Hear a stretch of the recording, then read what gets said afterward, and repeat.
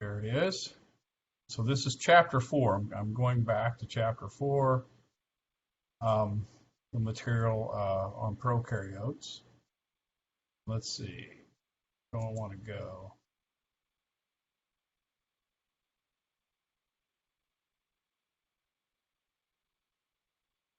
Let me just go ahead and scroll through here, and all of this has been covered. You'll be familiar. By the way, make sure and review this material here on gram staining. There will be a few questions on that. That's something that you learned in lab because it is so central to our study of microbes, bacteria. You need to know. You need to know. There's a few questions in there.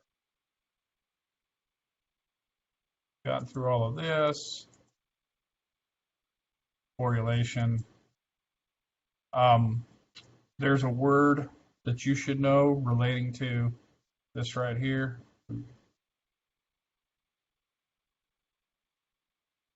On endospores and the topic of sterilization.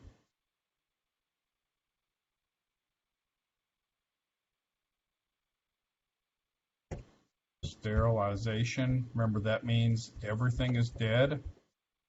We apply a sterilant, a chemical or some other approach, physical approach to killing organisms, and we've accomplished sterilization. What we've done is we've killed everything, right? All of the microbes, and our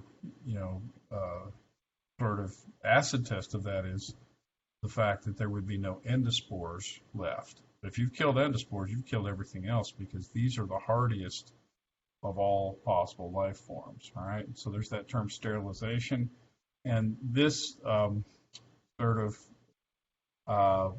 set of criteria relating to that using pressurized steam, hot water vapor under pressure at 120 degrees centigrade for between 20 and 30 minutes at the very least will destroy endospores and achieve sterilization. The device that we use for that purpose, telling you now, for some reason a lot of students have never heard of these, and that's fine. When I mention it, for some reason it just goes in one ear and out the other. So the machine called an autoclave, and what it is a giant pressure cooker. And most labs, I would venture to say all real labs that work with microbes, and many doctors' offices and so forth are outfitted with these. Hospitals, of course, will have them as well. They have an autoclave. Some of them are tabletop, little mini autoclaves that they have now, which are kind of cool. And others are very big and would take a large amount of material and destroy the organisms on them. So anyway, I just want to make sure that you're aware of that. So, and we talked about morphology of bacteria. We got these three main morphologies: cocci, bacilli / rods. And then we have the vibrios, which are, essentially rods, but with a curvature to them. Cocci, bacilli, Barilla types are corkscrews. And then we have these weirdos here, a variety of things that commonly have in their names. I mentioned this the other day, the root MYC in there somewhere, like the mycoplasmas, or there's this name down here, letter F. That picture, letter F, is showing some streptomyces. And notice the MYC in there. MYC refers to fungi. And so there are some bacteria that under a microscope sort of emulate the form that fungal cells would have. When the cells of a fungus grow, they string together in these chains, these little threads, these little filaments. And so there are some bacteria that have a growth form that at least superficially looks that way. And so they really defy classification in any one sort of morphological group. They're not cocci, they're not rods, they're not spirillum types, but they're off in their own category. Anyway, so there's that. So make sure you review morphologies, the basics of that. We have forms that are pleomorphic. The genus Corynebacterium, which includes the organism that causes diphtheria. There's a species Corynebacterium, be an R in there, Corynebacterium diphtheriae. And you get the mycoplasmas and some others that are pleomorphic. You know, they take on a whole variety of different shapes, right? There's no one set way for them to exist. They're sort of plastic in that sense. And that has to do with the fact that their cell walls are usually composed of materials that don't afford greater rigidity, greater stability. Lots of sterols would be found in their cell walls as opposed to other things like lots of peptidoglycan and mycolic acid and that sort of. And then the arrangements, the strepto arrangement, the Staphylo arrangement down here. That Staphylo looks like a little clump of berries, a little like a blackberry that has multiple little segments to it. I'm sure you've all seen those, or raspberries. It's kind of what that looks like. That's the Staphylo arrangement. They're randomly clustered, you know, very varying numbers of cells in those clusters. And then this is the strepto arrangement, chains, cocci typically. Well, I was going to say cocci are the only forms that do that, but bacilli do this as well. But yeah, cocci commonly will exhibit the strepto arrangement, different species. By the way, these are species-specific things. So if you've got a species that is a coccus and it exhibits chains, it's typically always going to do that. It's not going to revert to a Staphylo arrangement, and likewise for, you know, Staphylo arrangements, the Staphylococci, they'll typically always do that. They're not going to revert to other arrangements. These are species specific. And then you've got forms that when their cells divide, they do so in a fashion that leads then to a more regular arrangement of cells. Like you can have tetrads, packets of 4, the Sarcina arrangement, which is more of a cube-like grouping of cells. They occupy the 8 corners of a cube. And you know, they can vary in number from 8 cells like this to 16, you know, to I guess 25. Are there any that are 25? I'm not sure. No 25s, but there are 36. Always even numbers of cells going, you know, up and down. In these arrangements. So just take some even number and square it. So 2 to the 2 squared is 4, 4 squared is 16, 6 squared is 36, and 8 squared is 64, and so on. You can have organisms that form these cube-like arrangements, these Sarcina arrangements, that have those set numbers of cells in them. So that's kind of interesting. And then you've got the bacilli. It mentions them down here. It doesn't show any pictures of those, but far fewer kinds of arrangements with those. So diplobacilli would be 2 rods joined end to end, right? Or you can have longer chains of 4 and 5 and so on. And then the palisade arrangement. And by the way, this is also called strepto here. We have strepto arrangements in the rods. And then palisades is where the cells kind of are joined end to end, but instead of them being strung out more or less linearly, they kind of take on this kind of corrugated, pleated sort of look. Looks like an accordion. They're all sort of scrunched together that way. All right, so anyway, review that material, please. All right. Okay, so now then we're going to get into prokaryotes. Now these are mostly what we're going to discuss here are things that are not medically significant, right? Except for a couple of exceptions that I'll point out here. Now, for as far as lab stuff is concerned, I will, in the second half of our term, be going over some bacterial groups that are medically significant. Okay, so I'll be giving some assessment, evaluation of your knowledge on those things as we go through the second half of the term here.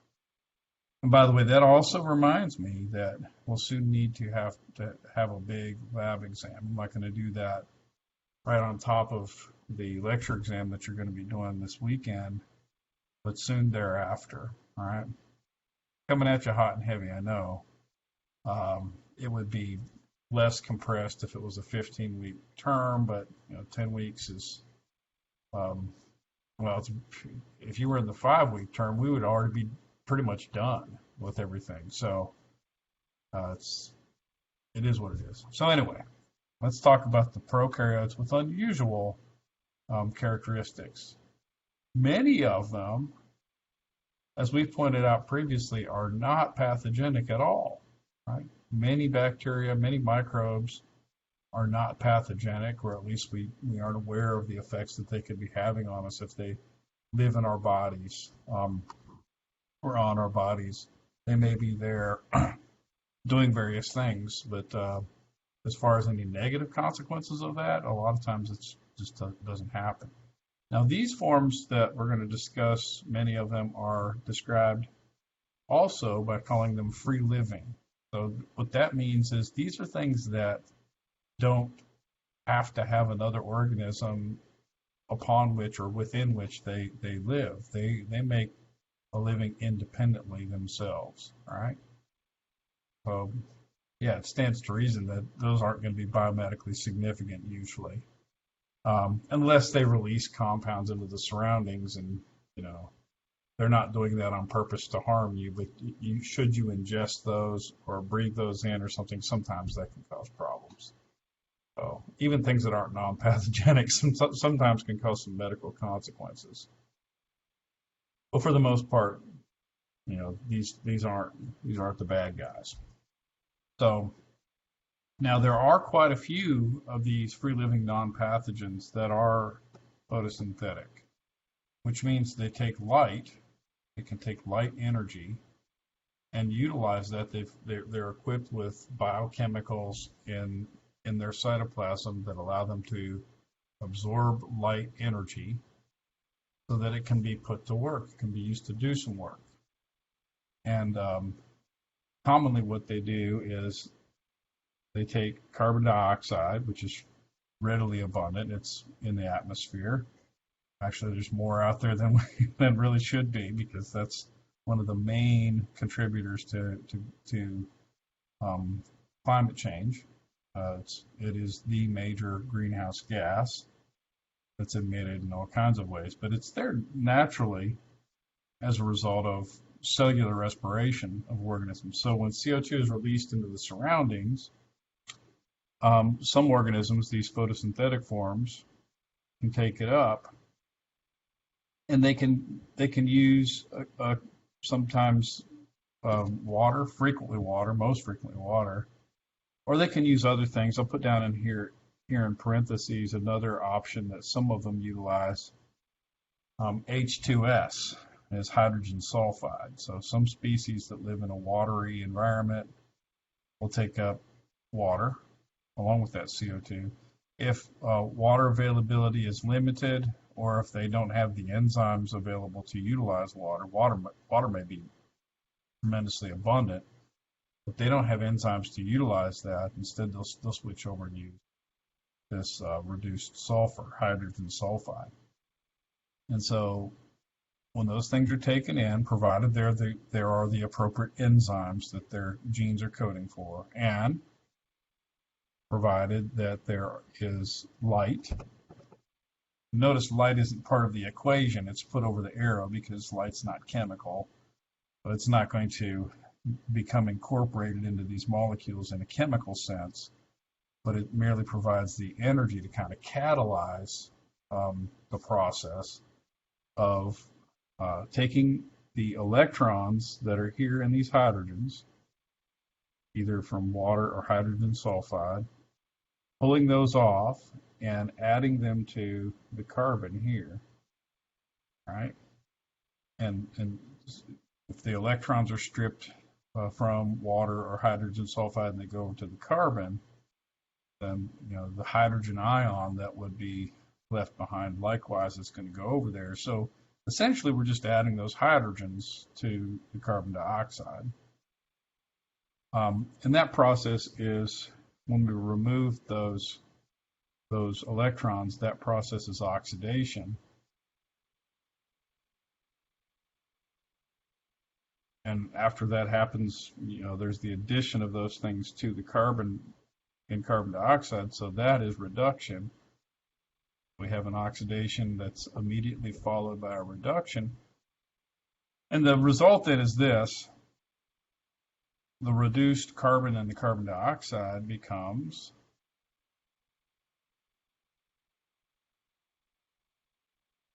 this, glucose, C6H12O6, or isomers of that, other molecules that have the same sort of formula, the same composition, but they're kind of put together a little differently by messing around with the bonds in them. So fructose is one of those as well.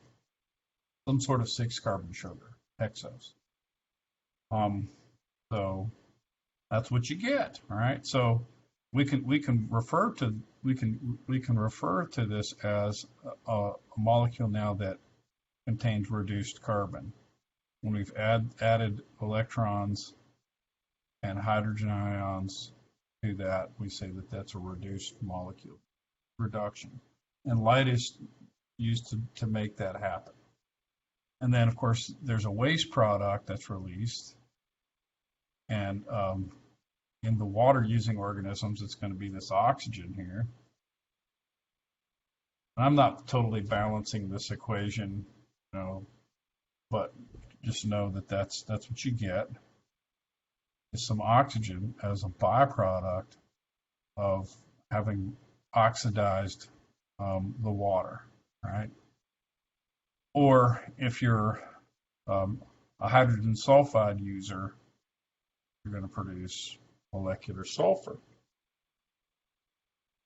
That's going to make, the area that you're living in really sort of stinky because sulfur has that smell.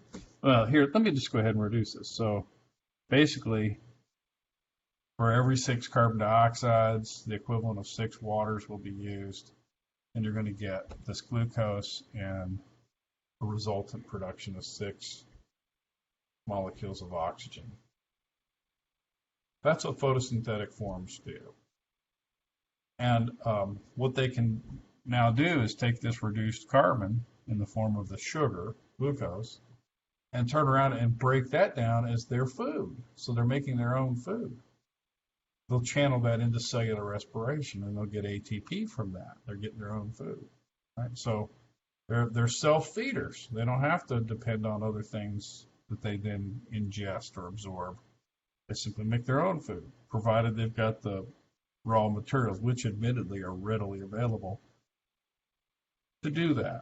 So it stands to reason these guys are going to typically be able to grow really well in the environments where they occur because nothing really limits them. All right, so yeah, they're photosynthetic, or another word that means the same thing that some people prefer because it's more, I think,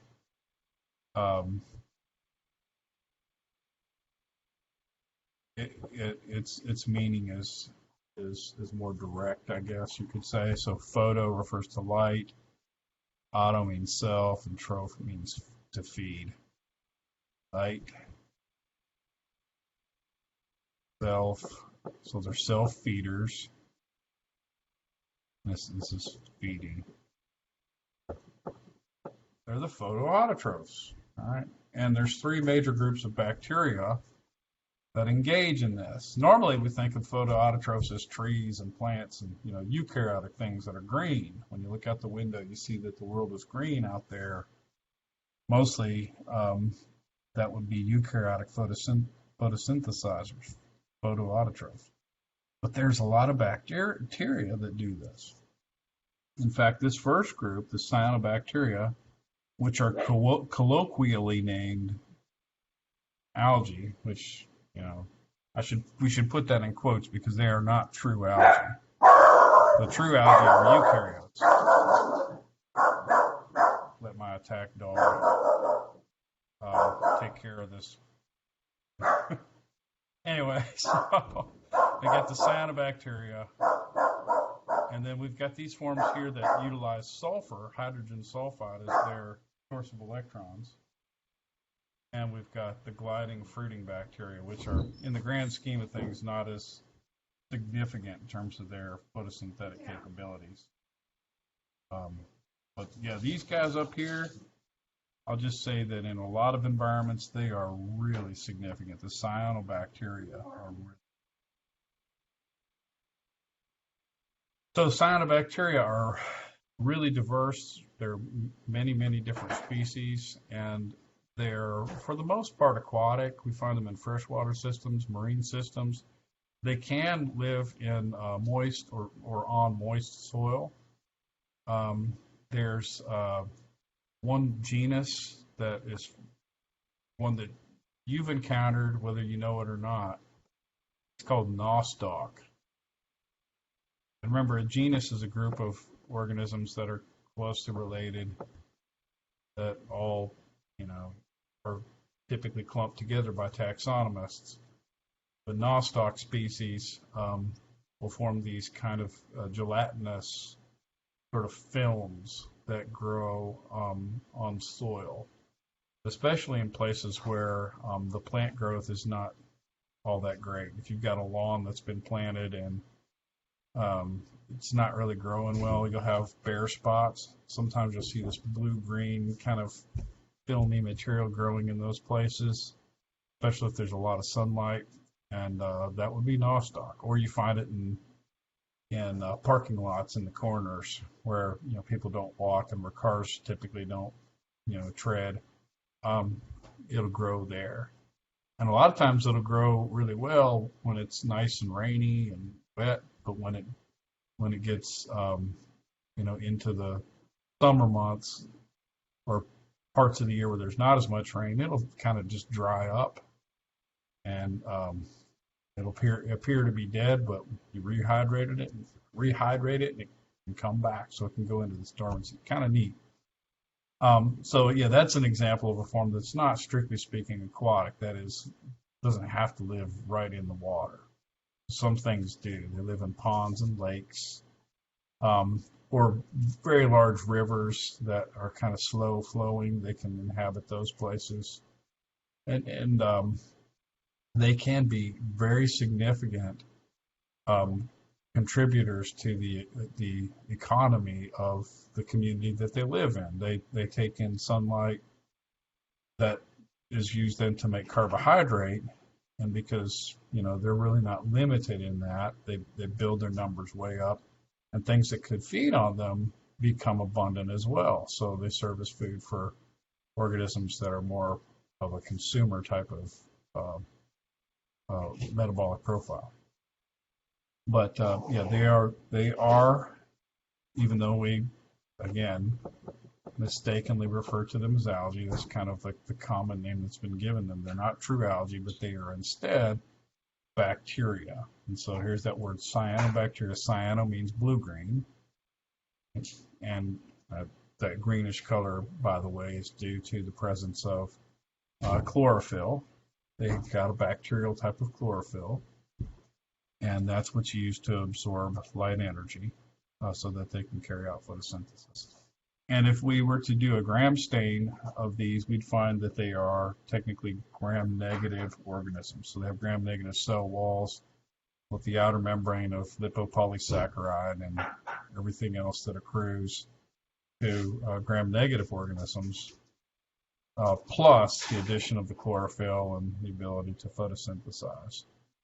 But here are some images of them, and you can see, especially in this one here, I think this is a common growth form that many have. They as the cells divide, they stay strung together in a strepto arrangement, so they look like filaments. That's actually what's going on in this picture here as well.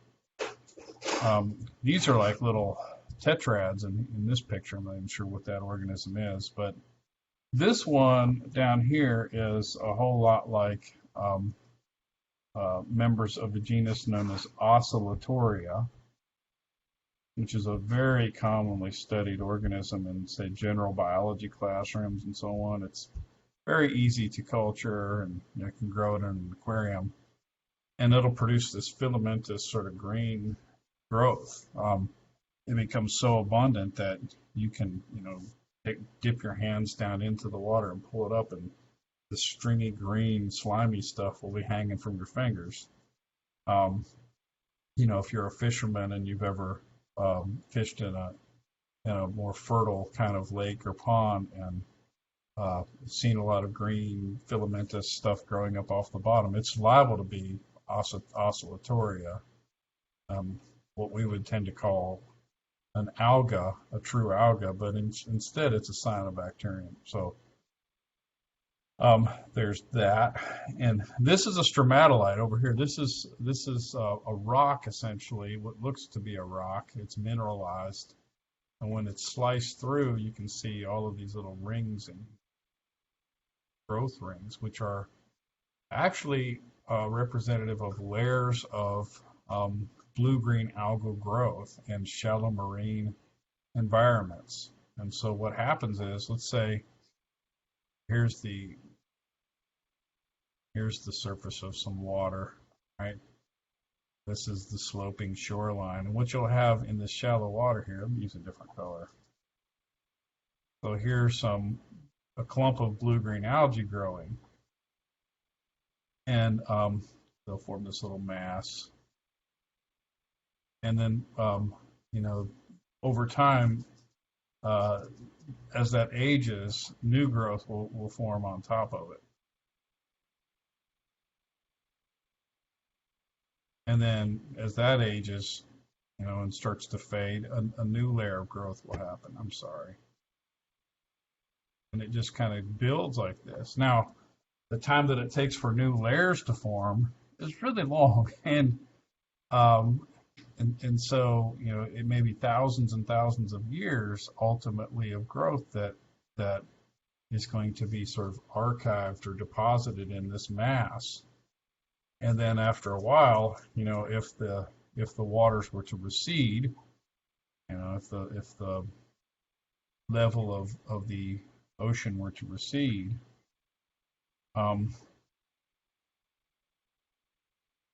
which does in fact happen, that is going to be high and dry, and it can mineralize and form a fossil. And that's what you've got, stromatolites. And some of these are very ancient.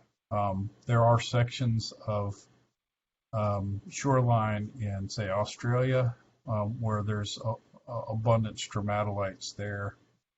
And it's really neat. I should have a picture of what that looks like. But these little round sort of dome-like rocks are found in the hundreds of thousands in different areas along the shoreline there. When they've been studied, it's been determined that these are these layered,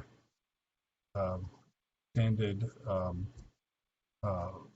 kinds of growths that blue-green algae of different species have produced. All right, so now one thing I've harped on the fact that prokaryotes don't have as much complexity inside of their cytoplasm as, say, a eukaryote. For sure, there's not any eukaryotic kinds of organelles in these cells. There's no mitochondria, and there are no Golgi bodies and things like that. But they do have structures known as thylakoids, which I think kind of border on being membrane-bound organelles. What they are, they're thylakoids. They are invaginations, that is, infoldings of the cell membrane. All right, so let me try to draw this. Let me use blue for my cell wall. So here's a blue-green algal cell wall, gram-negative cell wall.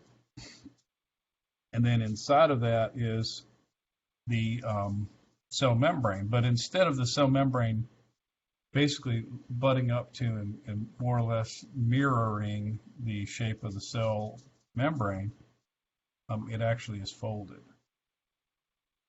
Because I'm using my finger, I can't make my folds really. I got a big fat finger.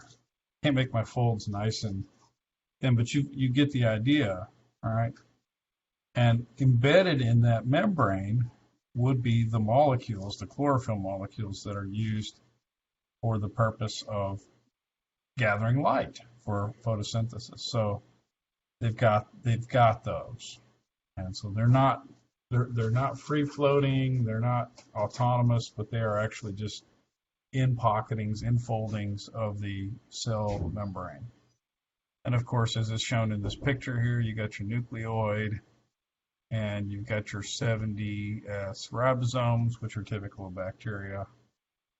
And that's pretty much it, all right? So that's a blue-green algal cell. And the reason that they have the thylakoids is, you know, it represents a tremendously multiplied surface area of membrane wherein the chlorophyll is found. So it increases the surface area that's available to be struck by light, and so that they can be much more efficient as photosynthesizers. All right, so yeah, lots of different blue-green algae. And they account, this last thing is important, they account for a very, very large amount of oxygen production. So think about all of the world's oceans, you know, way out in the middle of the ocean where, you know, no land is in sight. And think about how many square meters of ocean surface, actually going down into the well-lit portion of the ocean. So it's not right at the surface, but it goes down for several tens of meters. That well-lit part of the ocean consists of untold astronomical numbers of blue-green algal cells. Even in water that's incredibly clear, you can have lots of these and not even know it. They're microscopic.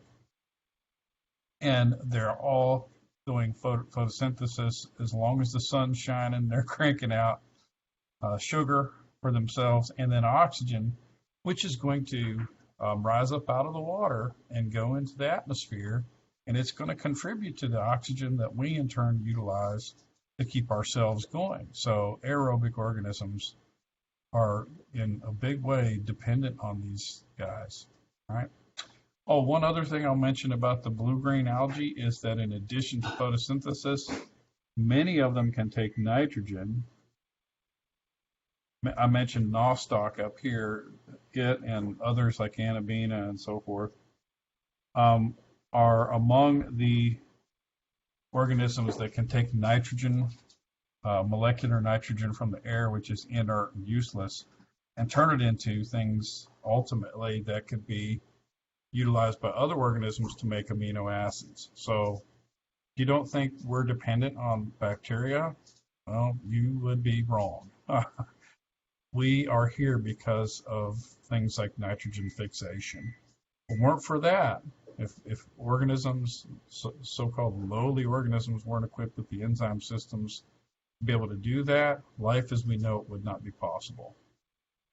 So next time you think about how nature and other lowly organisms are really not that important to you, reconsider that, in fact, you're beholden to them for your very existence. That's kind of interesting, philosophically charged thing to say. But anyway, there's that. And then we come to the other autotrophs, photoautotrophs, that are often just not on anybody's radar because they're not nearly as common. Certainly nowhere near as common as blue-green algae. But these are the sulfur bacteria, and they are green and purple due to the presence of pigments, again, that they utilize for capturing sunlight. Now, chlorophyll is not the only thing that's used for that purpose. There are carotenoids, things like xanthophylls and red-colored pigments and so on and so forth that have more of a lipid character to them that can be excited and energized by photons of light. And so that's why you get sometimes with photosynthetic organisms crazy colors like purple and others.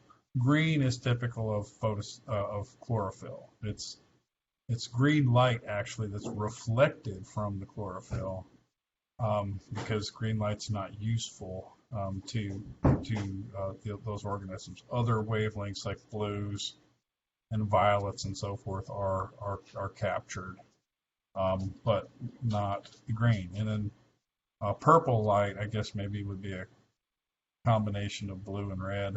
I'm not sure. That's being rejected by the pigments of the purple sulfur bacteria. So photosynthesizers select certain wavelengths that have various colors associated with them. They favor those, and they reject others. And that's a function of the molecules that they have for absorbing light. Anyway, these green and purple sulfur bacteria most often occupy environments that are decidedly degraded, places that kind of harsh and difficult for other organisms to live in will sometimes be exploited by these kinds of organisms. So let's say you've got an old coal mine or something, and it's been abandoned. And as groundwater builds up in that mine, which will inevitably always happen, some of it will start to run out of the mine, and it's going to find the path downward to places where it tends to accumulate. It'll accumulate in pools and puddles, and sometimes it'll make its way into streams. So you've got a lot of places here in the U.S., in fact, in Appalachia, kind of where I'm from, southeastern Ohio, West Virginia, southwest Pennsylvania, eastern Kentucky, and through that region, where there are lots of abandoned coal mines. And the runoff coming from those is very acidic and may actually be loaded up with other toxic substances. And so what it tends to do is it limits the growth of organisms that are sensitive to those things and allows some of these other organisms to thrive. And among them would be green and purple sulfur bacteria. Now, what's interesting about that is the early Earth's environment was one where it was pretty inhospitable. And so very early on in the evolution of life on Earth, there were bodies of water that were essentially devoid of oxygen and were acidified and were in other ways very, very inhospitable, difficult, challenging places to live. And so organisms like these may have found those places suitable for their existence. So very often you have these kinds of organisms occurring in those sorts of places. And as they grow and as they metabolize, sometimes they will actually alter that environment, making it less toxic, making it less challenging. And you'll see a phenomenon of change occurring called succession, ecological succession, where new organisms will come in to replace the pioneering species. And then those will give way to new organisms still. And you'll see this community age and mature and change in its composition. Kind of like if you have an old farm field that's a farmer has plowed for 30 and 40 years, and then finally he retires or dies or whatever and no longer farms that field, some weeds start coming in there. And then the small weeds give way to larger, more robust, more woody kinds of weeds. And then you get some small trees and then some bigger trees still. And finally, after hundreds, maybe thousands of years, what was an old field is now a forest. So the same kind of succession can occur in aquatic environments, like in this sort of woodland puddle here, I guess. You can see growing in there in the bottom is this sort of flocculent kind of orangish, flocculent means cottony, billowy, cottony stuff in there. A lot of that is going to be one of these sulfur bacteria. And then, of course, you've got others that are kind of greenish. That could be a combination of the green sulfur bacteria, or there could even be blue-green algae growing in a place like this. But, very likely this environment is inhospitable to things like fish and macroinvertebrates like crayfish and others may not find this suitable. But these organisms are growing there and they're thriving, and ultimately, as that place becomes less toxic, as the organisms take up those materials, there's almost a kind of bioremediation that goes on. So anyway, and this little picture here shows on the surface of the growth of these organisms. If you get down there with a hand lens or even a microscope, you'll see little bubbles forming, and that's oxygen. So oxygen's being emitted by these organisms, or you could have some sulfur-containing compounds as well. All right, because a lot of them, instead of using straight up water, are using H2S and releasing that into the surroundings. All right, if it's a form that's a sulfur bacterium, it's gonna give off the sulfur as opposed to oxygen. And their particular kind of chlorophyll, while it's similar to that of the blue-greens and other kinds of organisms, is in some ways unique, and so we call this bacteriochlorophyll, and that would be a marker that would identify a particular bacterium as being part of this group. And then we have the gliding and the fruiting bacteria, which likewise are gram-negative. I don't think I mentioned it with green and the sulfur forms, but these are gram-negative as well. And then the gliding and fruiting forms are gram-negatives. This is a group that for a long time was difficult to kind of place taxonomically because they appear to exhibit multicellularity. The cells, in other words, tend often to come together in big masses that now become visible, and what's more is they tend to move over surfaces. They can kind of like little blobs kind of crawl their way over surfaces. So until people began looking at the cells and looking at their structure, it was not plainly evident that they were bacteria, but that deeper analysis of the cells revealed that. And so they are gram-negatives. And most of the time they're living in organically enriched soil with lots of dead leaves and other kinds of detritus. That's a fancy word that means dead stuff. So as once living things die and their bodies go into the soil, as they are decomposed, fungal organisms and bacteria, including the gliding and fruiting bacteria, begin to release the molecules and so forth from those dead things.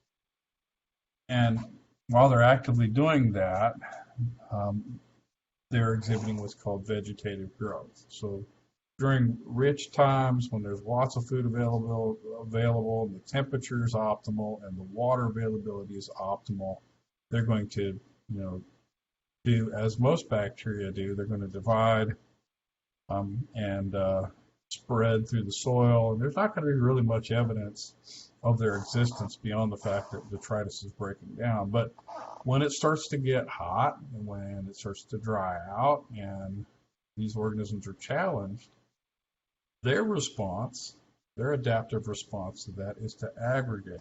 Okay, so that's what they're doing here. Somehow there's chemical cues that the cells give off that say, okay, we're clumping. You guys come over here. And so they communicate chemically And they exhibit a sort of taxis. Remember that word? Chemotaxis. And their movement is directed toward aggregating. And once they coalesce into a big mass, um, there must be some new genes that are expressed that enable them to produce a whole lot more sort of glycocalyx and other extracellular materials that allow them to form a big mass like this. Looks like a budding, sort of fungus that's starting to form.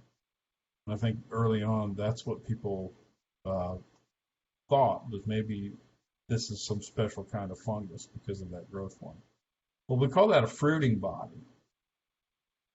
And what's happening in there is some of those cells are undergoing changes, producing a really thick capsule, so that ultimately when that fruiting body more or less dries out and breaks open, these little highly resistant myxospores can be released. Right? Those are cells from the fruiting body that are adapted for dispersal. They'll be released, they'll blow away on the wind, they can settle out in a new place, which might, just by chance, have environmental characteristics that are optimal to growth, so they can disperse this way. They can move from place to place and find new habitats and be able to thrive as a result of that. So these are gliding. That's what's going on when they aggregate. They're gliding, moving over the surface of wherever they're happening to live. And then when they produce the fruiting body containing the myxospores, that's when they're fruiting. So there are some species of gram-negatives that do this. Now, as I said, most of what I was going to cover dealt with non-pathogenic, biomedically insignificant forms. But there are some of these unusual forms of bacteria that are significant in a medical context. In fact, some of them are very, very significant.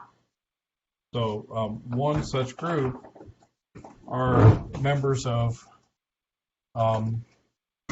one such group of species are these Rickettsias, which for the longest time, again, were difficult to kind of place taxonomically because they had features that didn't really match many other forms. This picture over here actually shows a nucleus of a eukaryotic cell. So there's the nucleus. This isn't even a whole cell. It's just the nucleus of a eukaryotic cell. Right? And inside of that, in that nuclear material, the nucleoplasm, you've got rickettsial cells. Right? So these are very, very tiny, much smaller than most other bacteria. In fact, they approach the size of viruses. And so for quite a while, some investigators suspected that they were an unusual form of virus. But it turns out they were able then ultimately to stain them. They found that they were gram-negatives. And they now, of course, have sequenced their DNA so they can kind of determine who they're related to there. And they definitely are bacteria. Although as bacteria go, they're much more simple than most other species. And the vast majority of these are pathogenic. And, the reason for that is they enter our bodies, they enter our cells, and they exploit the materials that we have, and they exploit that space, and ultimately that causes illness. Okay? So this is true of all pathogens. They are at least somewhat parasitic. So they are parasites. They live on or in bodies of host organisms, and they take more than they give. So it's a win for them. It's a loss for the host. And here's another thing. This is in addition to the small size, another reason why some people wondered whether they were viruses. The fact that they are obligate intracellular forms, which means they have to go into cells. Obligate means it's an obligation. There's no choice. They have to do it. Intracellular means within cells. They go within cells, and that's where they reside. All right, and they multiply there. Of course, that's going to be destructive to the cell. They're not using the cellular machinery in the same way that a virus would, but they nonetheless do find materials that they utilize for their own purposes, so for their own selfish purposes. So one such rickettsia that is highly notable, and there's many others, most of which are borne by arthropods. That would be bug-like organisms. In this case, it's ticks.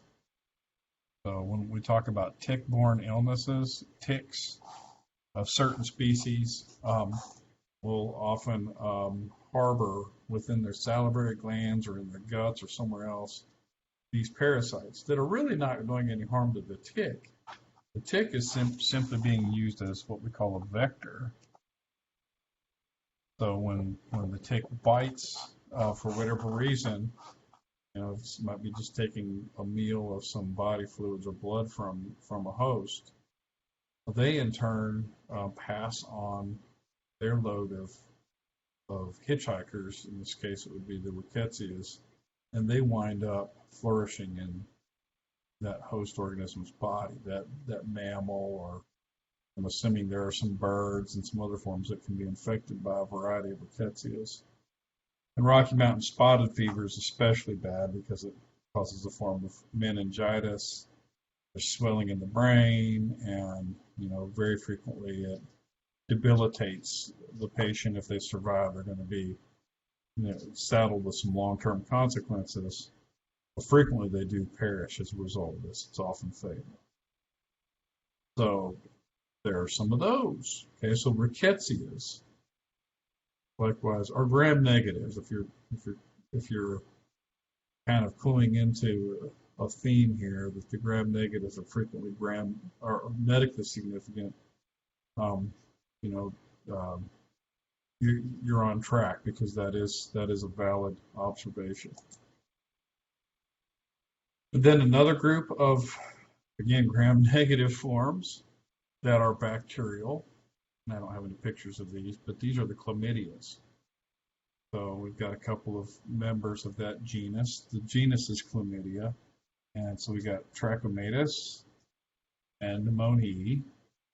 Those are two different species of chlamydia. So the genus name is Chlamydia. The species name is the second of the two names in this binomial. And there are still others. You can see Chlamydia trachomatis is very commonly transmitted through sexual contact. So called STD, or some people call them STIs, sexually transmitted infection. That's probably more accurate, by the way, because you can be infected and not really show symptoms of disease. But anyway, this can cause a pink eye-like condition as well. And so that is possibly, in some cases, going to result in impaired vision that's permanent. Other problems such as that. So, among the more these are among the more common STIs, in fact, currently. But these are adapted for primary host transmission. There's no middleman. There's no vector like a tick or anything. So sexual transmission is much more efficient, apparently. And they're very tiny as well. One thing about parasites, pathogens generally, and this was pointed out in the eukaryotic lectures on helminth parasites, the worms, and so forth, is that they commonly are adapted for extremely high levels of reproduction. And so the chlamydias, the ricketsias, all are notable for their ability to rapidly increase in numbers, provided they find the right conditions. And that, gives insurance that they're liable to be picked up by new hosts later. And then the last group that we'll talk about, this is the other domain of prokaryotes. So we've got the domain bacteria. That's a group unto itself. But another group that's distantly related, really, are the archaea. I'm sorry, that's horrible. The archaea, another domain. So bacteria make up a domain, archaea make up a domain, and of course then there's the eukaryotes. That's the third domain of living things. There was a guy at the University of Illinois, I believe at Champaign, Urbana-Champaign. He's now deceased. But until fairly recently, he worked on sorting out the relationships of archaea and other organisms. His name was Carl Woese, and very distinguished scientist who looked at cell wall and cell membrane and other molecular features of these organisms. And he's the one who basically came out forcefully with the claim that we needed to revise taxonomy, the classification of organisms.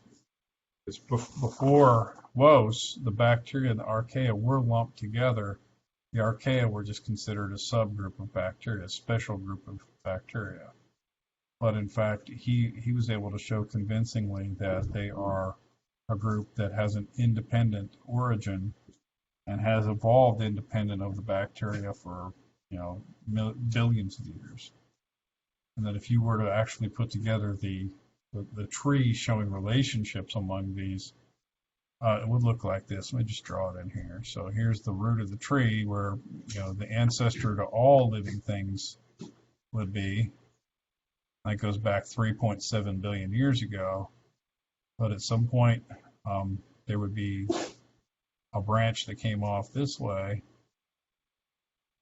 And at the end of that branch would be the eukaryotes. I'll just write an E there. The archaea would share a common ancestor with the eukaryotes. And then the bacteria have, a lineage that has not branched any further. They've not given rise to any other groups of organisms. So you can see that the archaea and the eukaryotes are more closely related to one another than either one of those groups would be to the bacteria. All right, so that's a very crude depiction of that, phylogenetic dendrogram, but that's what it looks like, at least according to the data that Woese and others have put together.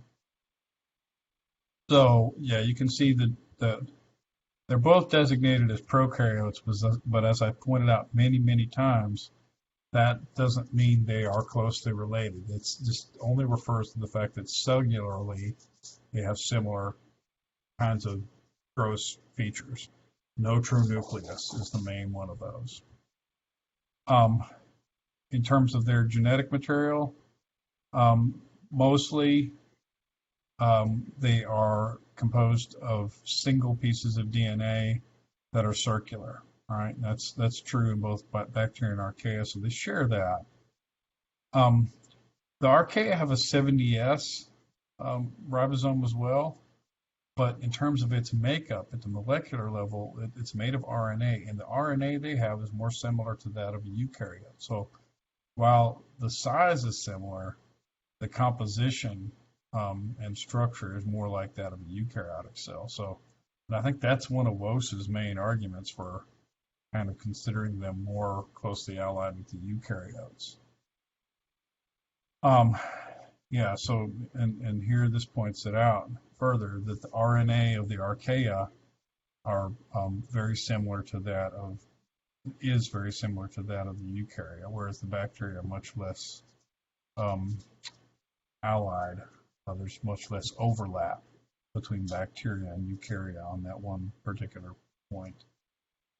And then, the way that proteins are synthesized in the eukaryotes and the archaea, there's some similarities there. This process of translation of the genetic material, translation of the messenger RNA is done similarly to that the the way that the archaea and the eukaryotes do that.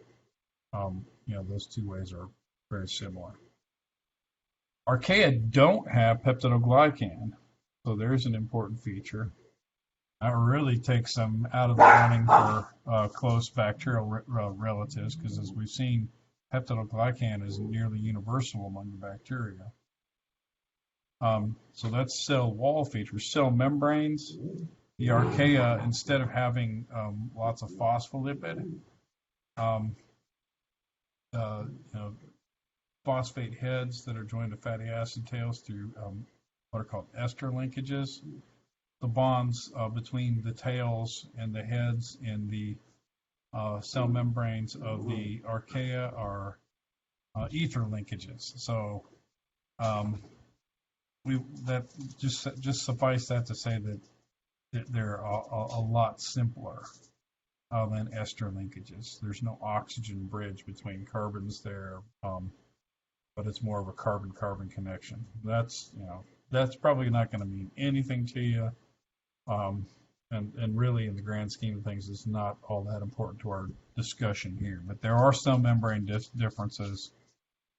And then, as far as sterols are concerned, cholesterol and others, in membranes, there are a few bacteria that have those, and we pointed that out previously, like the mycoplasmas. But archaea don't have cholesterols. They don't have sterols in their membranes at all. Whereas the eukaryotes, that would be us, and plants, and fungi, and protistans, they're very common.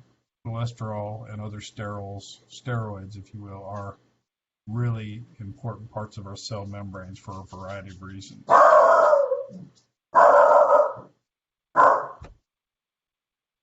So anyways, just quickly here, we're almost done. The archaea are notable for being extremophiles. They're not the only extremophiles. A number of bacteria are, and some protistans, but the archaea are, you can regard them as the top dogs. They're the champs. So places that are extremely hot, or salty, where the pH is extreme, usually acid, extremes of pressure and atmosphere, those all can have a strong bearing on archaea and their ability to live in an area. Hold on just a second.